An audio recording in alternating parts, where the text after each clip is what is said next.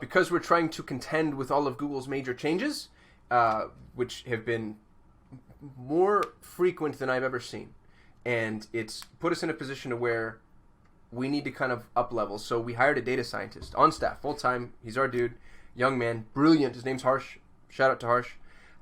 And we're having him dig into the information that's available and accessible inside of the accounts and campaigns. And one of the things that we had him look at, there's actually a whole host of reports that he provided, but there was one in particular that was really interesting to me. The disclaimer that I want to make to you is the data that I'm about to show you is from one account. So this isn't a ubiquitous truth. I don't want anybody to go off and start making massive sweeping changes to everything they're doing. But it is a potential predictive indicator of what's to come. So that's disclaimer number one. Disclaimer number two is the account it has a healthy spend. They spend $70,000 a month, so there's more than enough data for us to be able to dig into from a conversion perspective.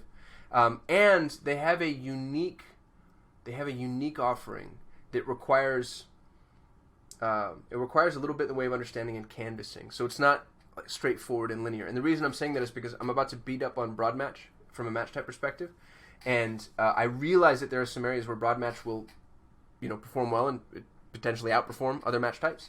But the reason I'm digging into match types too is because with Google killing broad match modified, we want to see what match types are going to work in the future. And you notice broad match modified is included here because the client has that data available and accessible. But we're trying to figure out the direction ahead. And so what you're looking at, and again, this is one client, $70,000 a month. We have 4 quadrants effectively, and he's broken it up. High cost, high conversion, high cost, low conversion, low cost, low conversion, low cost, high conversion. Obviously, this is the quadrant we want to live in. But what's really interesting about it is if you look at both broad and broad match modified, actually, but broad specifically is just deadly for this client. You don't have a single broad match conversion count anywhere on the high conversion list. And you notice, here's a phrase match with over 80 conversions. Here's an exact match with 90 or closing in on it. All the broad match lives in this kind of 0 to 0 category, 0 to 10. I guess there's a couple that are breaking out of the 0, and the same is roughly true for broad match modified. Interestingly, broad match modified is my favorite match type for exploration, which pisses me off because they're getting rid of it.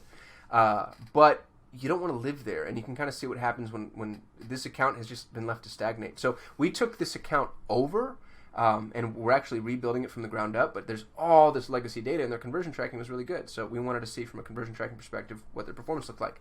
And they let their BMM match types run too long. Once you learn your lessons, you need to shut some of those things down. But what's also interesting is the performance with phrase and exact. Phrase and exact are responsible for all of their substantive conversion count.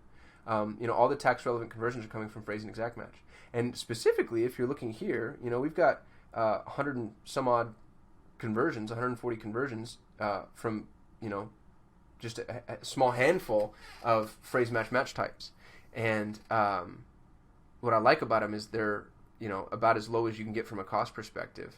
So, again, one client, one data set. We're going to start doing this for every single client we have, every single account we have. We're closing in on 150 clients or whatever it is now. And we want to, we've got the resource now to just sort of set them loose and say, go analyze the data. This is going to become more and more necessary as Google starts to pull back. We used to be able to trust Google to provide us with the information. We can't do that anymore, so we have to go get it ourselves, which is why we have a data scientist. And I'm pretty excited about being able to deliver you some of this content. Hopefully this is valuable. I'd be interested in your feedback. This is one snapshot of a 40-page report that he provided, so I tried to pull the thing out that I thought was most valuable. Some of it's proprietary to the client, obviously, and can't be shared.